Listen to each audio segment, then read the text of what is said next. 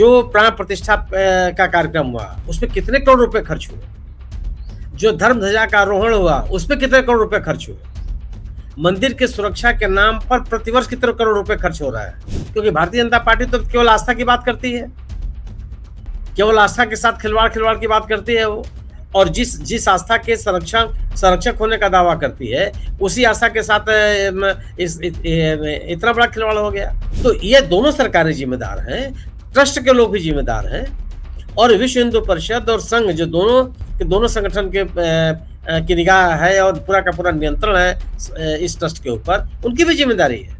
जो निर्माण कार्य है उस निर्माण कार्य में 40% की कमीशनखोरी हो रही है। यह मुद्दा पूरी तरह से आस्था का है और इस विषय को कोई भी राजनीतिक दल, विपक्षी दल छोड़ेगा नहीं।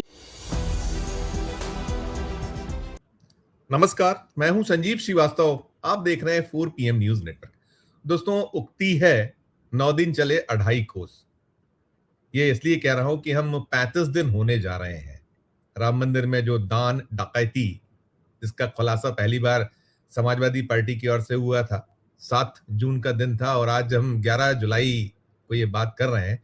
तो यहां तो 35 दिन में कुछ भी नहीं चल पाई है। भारतीय जनता पार्टी, राष्ट्रीय स्वयंसेवक संघ, पूरा का पूरा जो कुनबा है, कहीं से कहीं तक कुछ नजर नहीं आता। दावे बहुत हो रहे, बातें बहुत हो रही, लगातार बयानबाजी है। एक बयान कुछ आता है, दूसरा कुछ आता है। योगी जी अपने अलग राग है, उनका जो अपना एजेंडा है उसी को वो सेट क्यों कर रहे हैं। 2027 उनके सामने बहुत बहुत बड़ी चुनौती बना हुआ है। वो क्या कुछ नहीं कह रहे हैं उस समाजवादी पार्टी के बारे में, तो एक तो वो भी मसला है। इसके अलावा नृपेंद्र मिश्र यानी प्रधानमंत्री कार्यालय ऐसा माना जाता है, वे आते हैं, वे कुछ कह जाते हैं। पहले उन्होंने ही ये कहा था कि दान डकैती है, दान चोरी का मसला चल रहा था, डकैती उन्होंने कहा। और अब वे फिर अयोध्या पहुंचे हैं और आपको पता है अयोध्या वो ट्रस्ट की बैठक का हो जाना, वहां जो चंपत राय या जो जिनको कहीं टारगेट किया जा रहा है उनका इस्तीफा उस ट्रस्ट से अब तक ना होना, केवल और केवल महासचिव पद से हटाया जाना। लेकिन यह है कि पीछे ना पीछे कहीं ना कहीं सारा नियंत्रण उन्हीं लोगों का है जिनके ऊपर कहीं आक्षेप आरोप हैं। अबे पहुंचे थे तो उन्होंने कलंक बता दिया है।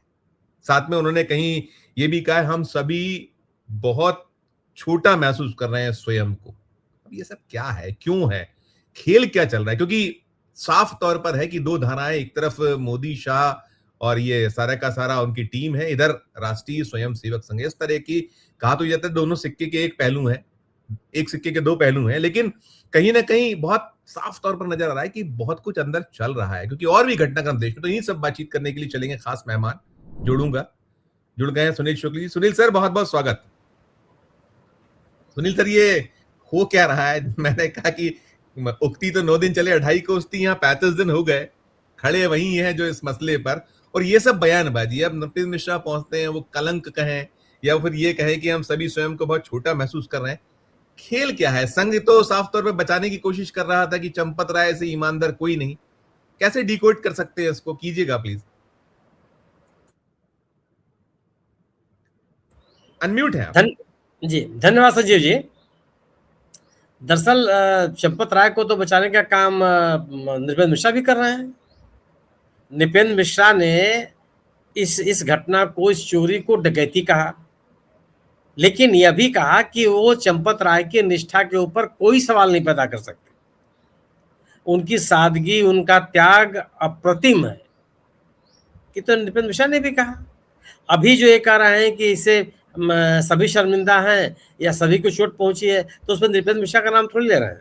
दो चीजें बहुत साफ है संजीव जी। एक तो संघ के किसी कार्यकर्ता के खिलाफ, किसी नेता के खिलाफ कोई कार्रवाई नहीं होगी, संघ का नाम तक नहीं आएगा। संघ के लोगों ने कोई इस तरह की हेराफेरी की है इसका उल्लेख तक नहीं होगा। और आप पूरे घटनाक्रम को देख लीजिए, कहीं भी किसी भी व्यक्ति के, ऐसे व्यक्ति का नाम नहीं लिया गया जो संघ से जुड़ा हुआ हो। एक में क्या कहा गया कि नृपेंद्र मिश्रा ने चंपत राय ने इस्तीफा दे दिया, तो ये थोड़े कहा कि इस घटनाक्रम में शामिल होने के आरोप में उन्होंने इस्तीफा दिया, स्वेच्छा उन्होंने छोड़ दिया, यही कहा गया ना। जी। उन्होंने क्यों इस्तीफा दिया? किसी ने नहीं कहा कि इस घटनाक्रम के कारण उन्होंने इस्तीफा दिया, उनके ऊपर आरोप लगे इसलिए इस्तीफा दिया, सुपरविजन में उनके स्तर पे कोई गड़बड़ी हुई इसलिए इस्तीफा दिया, जमीनों के खरीद फरोख्त पे जो उनके ऊपर आरोप लगे हैं उस आरोपों की जांच होने तक उन्होंने इस्तीफा दी। कोई किसी ने कोई इसी तरह का उल्लेख किया? अनिल मिश्रा के बारे में जो इस्तीफे की बात कही गई, किसी ने कहा क्या कि इस घटनाक्रम में कहीं से उनका नाम है इसलिए उनको इस्तीफा देना पड़ा है? किसी ने नहीं कहा।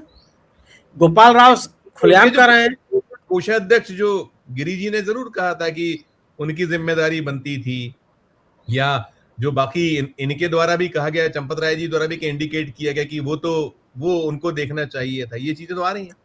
नहीं, ये आप ये कहीं चूक हुई होगी।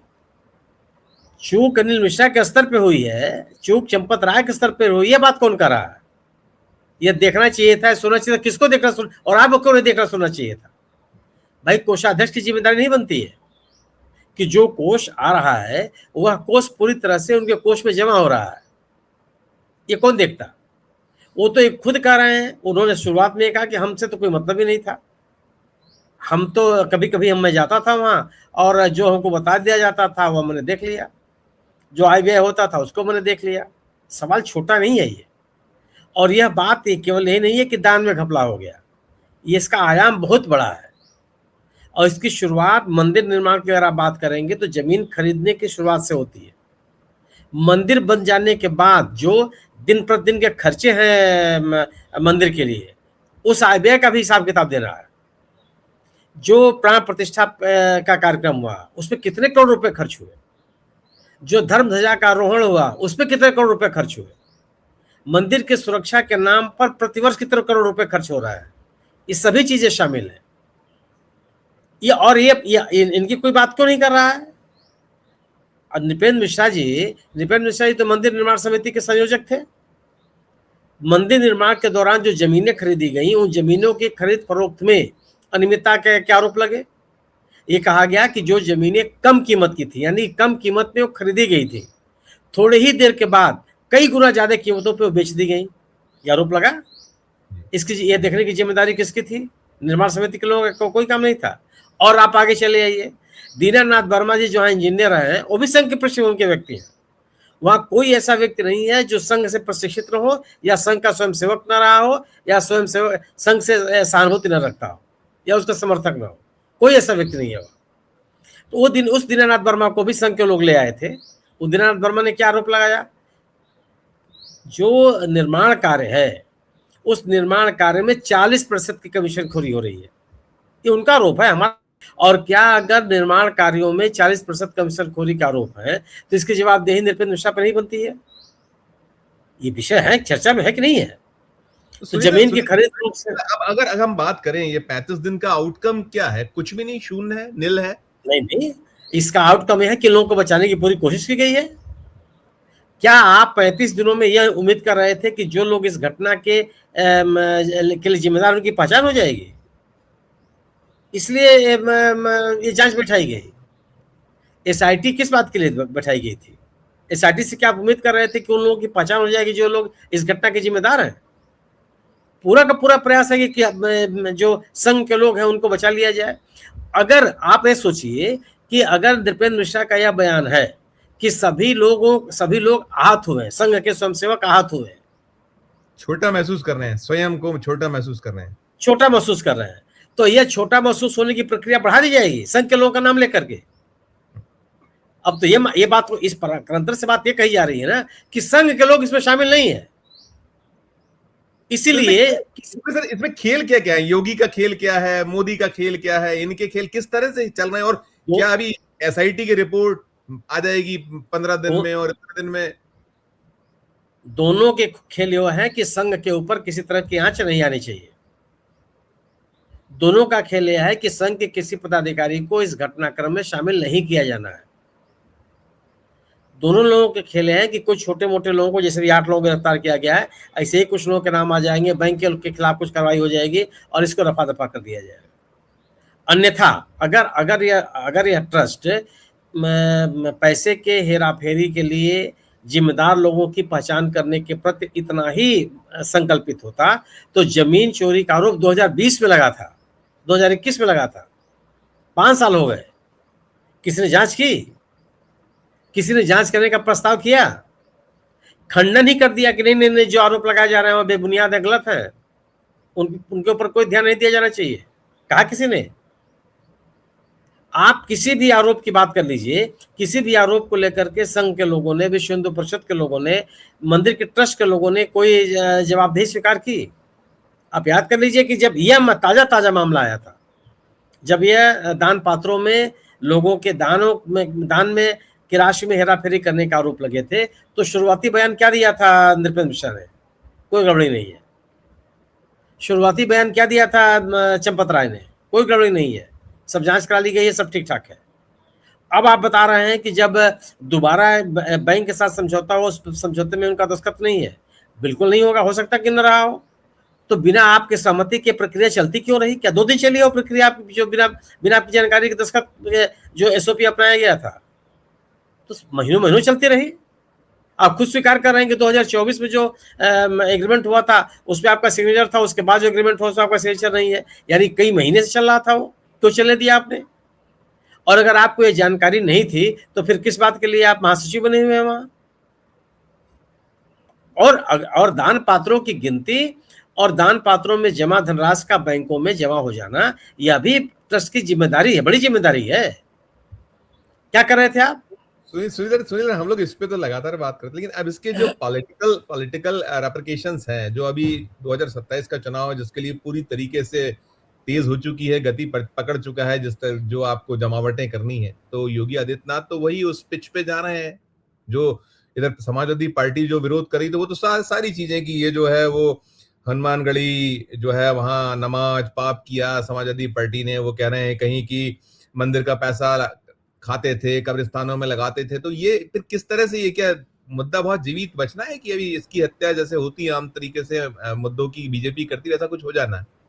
ना, ये मुद्दा बीजेपी क्यों चाहेगी कि मुद्दा बना रहे? बीजेपी तो अपने हिसाब, जो आपने बयान दे बताया कि हनुमानगढ़ी में नमाज पढ़ी, कब पढ़ी जाती थी भाई? हमको तो आजाद हिंदुस्तान में नहीं याद है, अपनी पैदाइश से मुझे नहीं याद है। ये बीजेपी का अपना नैरेटिव है।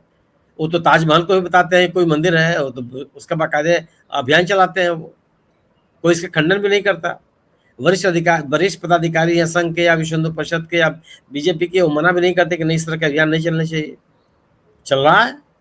तो बीजेपी किसी कीमत पर इस अभियान को, जो चंदा चोरी का मामला है अयोध्या में, इसको चाहेगी कि यह खत्म हो जाए। हाँ, मैंने वही हत्या कहा ना कि हत्या करना है इसकी, यही मैंने हाँ, ये बिल्कुल, लेकिन यह हो नहीं पाएगा। हो इसलिए नहीं पाएगा कि यह चंदा, यह दान के धनराशि में जो कथित रूप से हेराफेरी का आरोप है, वह लोगों की आस्था से जुड़ा हुआ है, और विपक्ष के लोग इसको खत्म नहीं होने देंगे। विपक्ष के लोग लगातार ये बोलते रहेंगे इस विषय पर। यही नहीं, आए दिन वो बयान जारी करेंगे, अपने रैलियों में इसकी चर्चा करेंगे, हर जगह बोलेंगे वो। चुनाव में बड़ा इशू हो गया, बहुत बड़ा मुद्दा होगा। उत्तर प्रदेश विधानसभा के चुनाव में बहुत बड़ा मुद्दा होगा, और उत्तर प्रदेश ही नहीं, उस दौरान जितने भी राज्यों में चुनाव होगा उसे विपक्षी दल इसको मुद्दा बनाएंगे, क्योंकि भारतीय जनता पार्टी तो केवल आस्था की बात करती है, केवल आस्था के साथ खिलवाड़ की बात करती है वो। और जिस आस्था के संरक्षक होने का दावा करती है, उसी आस्था के साथ इतना बड़ा खिलवाड़ हो गया, उसमें किसी की जवाबदेही तय नहीं हो रही है। ये बात तो मुद्दा चलेगा ही चलेगा। विपक्ष इसको खत्म नहीं होने देगा, और लोग भी इसको खत्म नहीं होने देंगे। अगर जिस तरीके से पूर्ववर्ती सरकारों का राम जन्मभूमि के आंदोलन के मुद्दे को लेकर के दबाने की कोशिश की, लोगों ने इसको स्वीकार नहीं किया। ये कहा गया कि आशा से जुड़ा हुआ सवाल है, इसका समाधान होना चाहिए, इसका समाधान आप राजनीतिक तरीके से नहीं कर सकते थे, आप चुके, उसका फायदा बीजेपी ले गई। आज वही सवाल है, यह सवाल अपराध से ज्यादा और या धर्म से ज्यादा, माने अपराध और धर्म का मिला जुला मामला है। इसमें धर्म भी शामिल है और अपराध भी शामिल है। आपराधिक कृत्य से लोगों की धार्मिक आस्था का के साथ खिलवाड़ किया गया, और लोगों की धार्मिक आस्था अपराध की शिकार बन गई। बिल्कुल बिल्कुल। अब सूचना ये आ रही है कि वहां जो है सीईओ चयन के लिए बैठक जो है वो प्रमोद कोहली जी जो रिटायर्ड जस्टिस हैं, उनकी अगुवाई वाला 3 सदस्यीय दल शुरू कर रहा है। अब से कुछ देर बाद शुरू हो जाएगी, हम जब रिकॉर्ड कर रहे हैं ये प्रोग्राम होना है। अभी एसआईटी की रिपोर्ट की बात भी है, फिर एक बैठक 22 तारीख को ट्रस्ट की होनी है, बहुत सारी चीजें। लेकिन इन सब के बीच में जो बाकी चीजें चल रही हैं, जैसे मैंने कहा, अभी आपने देखा कि उपचुनाव हो रहे हैं, उपचुनाव में देखा आपने नितिन नवीन का जो क्षेत्र है वहां कैसे अचानक से वो प्रत्याशी जिसको पहले टिकट घोषित था उसको बैठ गया। मध्य प्रदेश में वो जो बहुत प्रमुख प्रबल दावेदार थे, हिंदुत्व की झंडा बरदारी पैरोकारी किया करते थे, नरोत्तम मिश्रा का टिकट काट दिया। उन्होंने कहा कि जो हमने सर्वे कराया, खबरें निकल रही हैं अलग अलग, उसमें सर्वे भी ये कह रहा है कि संघ ने कराया था, बीजेपी ने कराया था, उसमें उनकी हालत बहुत बहुत खस्ता थी, बेहद खस्ता थी। तो ये चीजें तो इनकी जो इसके बाद ये बयानबाजी फिर राम मंदिर को लेके होना, जैसे नृपेंद्र मिश्रा जी शायद पहुंचने वाले होंगे, पहुंचे होंगे, उन्होंने कुछ डेडलाइंस उनकी दी है कि यहां तक ये काम करा लेंगे, ये कर लेंगे निर्माण संबंधी, लेकिन कहीं कनेक्टिविटी कर सकते हैं इन चीजों की कि ये क्या फिर वही ध्यान बांटना कुछ करना, क्योंकि यहां आप फेल हो रहे हैं क्या, ओ वहां इसको क्या राम मंदिर वाला ये जो दान डकैती है ये भी कहीं उपचुनाव में भय का कारण हो सकता है, या ये कारण बनेगा, कुछ ऐसा दिखता है? नहीं, ये बिल्कुल बनेगा। अब आपके राज्य नृपेंद्र मिश्रा का टिकट कट्टा हमारे जैसे लोगों के लिए भी आश्चर्य है, तो बहुत बड़े प्रतापी नेता होते थे। नरोत्तम मिश्रा, नरोत्तम मिश्रा, ये तो लगता है जब मैं कल देखा टिकट उनका नाम कट गया तो मुझे खुद ही आश्चर्य हुआ कि उनके बयान याद कीजिए, वो मंत्री होते थे पिछले सरकार में, चुनाव हार गए इस बार, तब थोड़ा वो डाउन हुए, बावजूद इसके उनकी गतिविधियों में कोई रोक टोक नहीं लगी। लेकिन अगर नरोत्तम मिश्रा जैसे हिंदुत्व के बड़े लंबरदार नेता को भी भारतीय जनता पार्टी टिकट नहीं दे रही है, तो इसका यह अनायास नहीं है। अगर उनकी लोकप्रियता कम हुई, उनका कोई नरोत्तम मिश्रा गवर्नेंस के लिए थोड़े जाने जाते रहे, कोई ऐसे नेता के रूप में उनकी छवि थोड़ी रही है कि बहुत इतने शानदार नेता हैं कि लोगों के हितों के लिए और नीतियां बनाने के लिए बहुत ही मशहूर व्यक्ति हैं। ये चेहरा था कि एक उनका वेशभूषा उसी तरह से थी कि हिंदुत्व के बड़े बहुत बड़े पैरोकार हैं, हिंदुत्व के पक्ष में आक्रामकता के साथ बोलने वाले व्यक्ति हैं, हिंदुत्व को लेकर विपक्ष के ऊपर आक्रामकता के साथ हमला करने वाले व्यक्ति हैं। अगर उस व्यक्ति की लोकप्रियता खत्म हो गई या कम हो गई या चुनाव जीतने लायक नहीं रह गए, तो यह किसके लिए संदेश है? यह संदेश तो बीजेपी के लिए है। और अगर यह संदेश है कि ऐसे लोगों की लोकप्रियता कम हो रही है, तो क्या अयोध्या का मसला आगे नहीं बढ़ेगा? और विपक्ष के लोग इसको बढ़ाएंगे नहीं कि हिंदुत्व का नारा लगाने वाली बीजेपी जो लोगों की आस्था के साथ किस तरह का खिलवाड़ कर रही है। जिन लोगों ने दान दिया, दान का मतलब चंदा नहीं है, वो लोग अपना दान इसलिए देते हैं उस मंदिरों में कि मंदिरों का रख रखाव बेहतर तरीके से हो जाए, मंदिरों से जुड़ी हुई जो सेवाएं हैं वो बेहतर तरीके से संचालित हो जाए, मंदिरों की जो दिन प्रतिदिन की जरूरतें हैं वो बेहतर तरीके से पूरी हो जाए। वो इसलिए नहीं दिया जाता है, लोग दान नहीं देते हैं कि आप ऐशो आराम की जिंदगी बिताइए या उसका कोई हिसाब किताब आपके पास ना हो। जब कभी जानना चाहें कि हमने चांदी या सोने की चीजें दी थी उसका क्या हुआ, तो आप उसका जवाब न दे पाए। या मंदिरों पे चढ़ाया जा रहा चढ़ावा पूरी तरह से आस्था का विषय है, या आप कोई मानवीय मूल्यों के कारण, कोई संवैधानिक दायित्वों के कारण, कोई सामाजिक दायित्वों के कारण नहीं करते हैं। यह हमारी आस्था है, हम मंदिर में गए हैं, हमारे आराध्य देव का मंदिर है, वो वहाँ हमने दान कर दिया कि मंदिर का रखरखाव ठीक ठाक तरीके से होगा, जो आने वाले श्रद्धालु होंगे उनको सुविधा होगी। तो यह मुद्दा पूरी तरह से आस्था का है और इस विषय को कोई भी राजनीतिक दल, विपक्षी दल छोड़ेगा नहीं। लोगों के मन में भी तरह तरह के सवाल हैं। अगर अयोध्या का मसला इतना ही कमजोर होता तो नरोत्तम मिश्रा को टिकट न देने की क्या जरूरत थी? फिर तो हिंदुत्व का आपका परचम फहरा ही रहा है। बांकीपुर में आपने उम्मीदवार क्यों बदल दिया? अगर ये बात कही जा रही है कि जो पहले अभिषेक कुमार या उनका क्या नाम था जिनको टिकट नहीं, अभिषेक कुमार को जिनका टिकट बदला गया, उनकी शैक्षणिक योग्यता बहुत कम थी, तो नितिन नवीन की योग्यता बहुत ज्यादा कहाँ थी? नए वाले को लेकर भी कंट्रोवर्सी है कि नए वाले की जो आयु को लेकर भी आया है, वो भी आया है कि वो 12 साल में 13 साल में ज्वाइन किया, ये भी है। तो ये केवल एक नैरेटिव बनाना है, कोई ना कोई बड़ा कारण है। उनको लग रहा है कि आप चुनाव को मैनेज नहीं कर पाएंगे, ये बड़े सवाल है। इसलिए मेरा अपना मानना यह है कि जो अयोध्या का घटनाक्रम है उसका असर चुनाव पे पड़ेगा। यह जरूर है कि इसके लिए राजनीतिक दलों को अपने राजनीतिक अभियान को तेज करना पड़ेगा, उनको अपनी बात को लोगों के बीच बहुत मजबूती के साथ ले जाना पड़ेगा और भारतीय जनता पार्टी, संघ और विहिप की विफलताओं को सामने लाना पड़ेगा। मैं आखिरी सवाल करूंगा कि दो चीजें बड़ा हो रहा है, जैसे वो टुन्नू यादव वाला मसला, वो भी खुश हो गया कि आपके 990 काल कितने काल वो हो गया, लेकिन ये निकल रहा है। संजीव जी अगर टिन्नू यादव का अखिलेश यादव से बातचीत हुई होती ना, तो जो उनका कॉल रिकॉर्ड है उसका पोस्टर बना दी होती बीजेपी। बचा पोस्टर, बड़े बड़े पोस्टर, वो तो शायद ये फंसा दिया वो ये जो नंबर पढ़िए और ये नंबर पढ़िए जी, फंसा दिया वो उनके जो अति जो एक उत्साही लाल हैं उन्होंने। मैं सर इसमें पूछूंगा, जैसे एक बड़ा आ रहा है आखिरी सवाल कि सकल हिंदू समाज वो कहीं उस तरीके से इस मुद्दे को लेकर आक्रामक नहीं है, उसका कोई बहुत अग्रेसिवनेस नहीं दिखी। एक चीज ये है, तो क्या आप इसमें पा रहे हैं उत्तर प्रदेश में, और आप कह रहे हैं पूरे जो बाकी जगहों पर चुनाव होगा तो फिर कैसे असर करेगा? अगर ये कहीं मैनेज हो रहा हो गया हो, या लोग मानने लगे हो, या जो है कि वो जो नशा है हिंदुत्व का या सनातन का उसमें कहीं दब जाएगा, कैसे इसको? अंतिम मेरा जो सवाल होगा। नहीं, अगर आप ये उम्मीद करते हैं कि संघ में आस्था रखने वाले स्वयंसेवक इस घटना से अब अलग हो जाएंगे, ये नहीं होने वाला है। लेकिन उनकी बदौलत ही भारतीय जनता पार्टी सत्ता में नहीं आई है, वो तो जमाने से है, 100 सालों से उनके साथ है। एक जो ऐसा वर्ग है जो संघ का समर्थक भले न रहा हो, लेकिन राम के प्रति, राम के आंदोलन के प्रति, राम के मंदिर के प्रति उनकी आस्था है। वह वर्ग, उस वर्ग के अंदर ये पीड़ा है। ये आक्रामकता का आशय नहीं कि लोग सड़क पर उतर करके प्रदर्शन कर रहे हैं, लेकिन अगर राम मंदिर में आने वाले श्रद्धालुओं की संख्या में कमी आई है तो किस बात का द्योतक है? दान में कमी है, दान में कमी नहीं, दान की राशि में कम नहीं हुआ है, नहीं हुआ। यही तो आशय, इसीलिए तो घपला और साबित होता है कि आने वाले लोगों की संख्या कम हो गई, दान की राशि बढ़ गई, यानी कि जो दान वाकई आ रहा है उसकी गिनती की जा रही है। पहले संपूर्ण धनराशि की गिनती नहीं हो रही थी, बिल्कुल। इसलिए इसका वीकनेस बताया जा रहा है। आप सवाल है ना कि अगर टोटल ऐसी गले की हड्डी है कि जो अपना निगलना है ना उगलना है, और दोनों में ही कहीं ना कहीं आपको मुश्किल में हो जाना है, पड़ना है। और यह इसके लिए ट्रस्ट जिम्मेदार है, संघ जिम्मेदार है, बीजेपी सरकार जिम्मेदार है।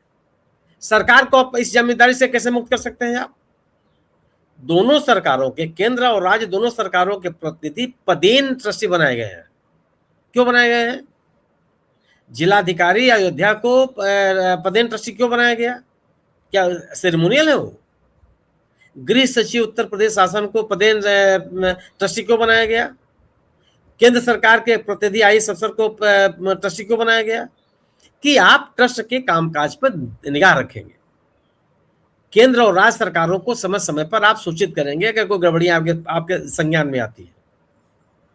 और अगर सरकारों के संज्ञान में गड़बड़ियां नहीं आई तब भी वो जिम्मेदार है। अगर उनके संज्ञान में आई और उन्होंने कार्रवाई नहीं की तो बहुत बड़ी जिम्मेदारी बनती है। और ऐसे अधिकारी जो ट्रस्ट में रखे गए जिन्होंने अपने दायित्वों का निर्वहन नहीं किया, तब भी सरकार जिम्मेदार है कि ऐसे लोगों को क्यों आपने रख दिया। तो ये दोनों सरकारें जिम्मेदार हैं, ट्रस्ट के लोग भी जिम्मेदार हैं, और विश्व हिंदू परिषद और संघ जो दोनों संगठन के की निगाह है और पूरा का पूरा नियंत्रण है इस ट्रस्ट के ऊपर, उनकी भी जिम्मेदारी है। बिल्कुल। या तो आपको यह अतिरिक्त आत्मविश्वास था कि कुछ भी हो जाए, धर्म का मामला है, दाएं बाएं कुछ भी आरोप लगते रहे, हमारे ऊपर कोई असर नहीं पड़ना है, लोग हमारे प्रति उनकी आस्था बनी रहेगी, आपको यह अतिरिक्त आत्मविश्वास था। और नहीं तो ये जो स्थितियां पैदा हुई हैं, इसके लिए ट्रस्ट से जुड़े हुए लोगों को आप मुक्त नहीं कर सकते हैं। और यह सवाल लोगों के मन में है। बिल्कुल बिल्कुल बिल्कुल बिल्कुल बिल्कुल बिल्कुल फंस गया है मामला, वो अब नहीं इतनी आसानी से नहीं निकल सकता। और ये इसके रेपरकेशन जब होंगे, वो जब वोट डलते हैं तब देखिएगा, बहुत रोचक होगा, मजा आएगा। शुक्रिया सर, धन्यवाद। दोस्तों आप सुन रहे थे सुनील शुक्ल जी को उत्तर प्रदेश से, और बाकी पूरा मसला जो कहा नृपेंद्र मिश्र, कलंक कैसे धुलेगा, बड़ा सवाल यही बना हुआ है। और इसको लेकर जो स्थितियां पैदा हो गई विस्फोटक हैं, आप कितना ही धोने की कोशिश करिए लेकिन आसान नहीं है। चर्चा में इतना ही। आपकी अपनी जो राय हो, आपकी अपनी जो टिप्पणी हो, जरूर हमारे इस वीडियो के कमेंट बॉक्स में कीजिएगा, राय प्रकट कीजिएगा, टिप्पणी राय दीजिएगा और प्रकट कीजिएगा टिप्पणी अपनी। और खबर अच्छी लगी हो, हमारी चर्चा अच्छी लगे तो चैनल को लाइक कीजिए, सब्सक्राइब कीजिए, ज्वाइन का बटन दबाइएगा तो हमारी हौसला अफजाई होगी। प्यार और समय लाइक देखते रहिए और पीएम न्यूज़ नेटवर्क। धन्यवाद, नमस्कार।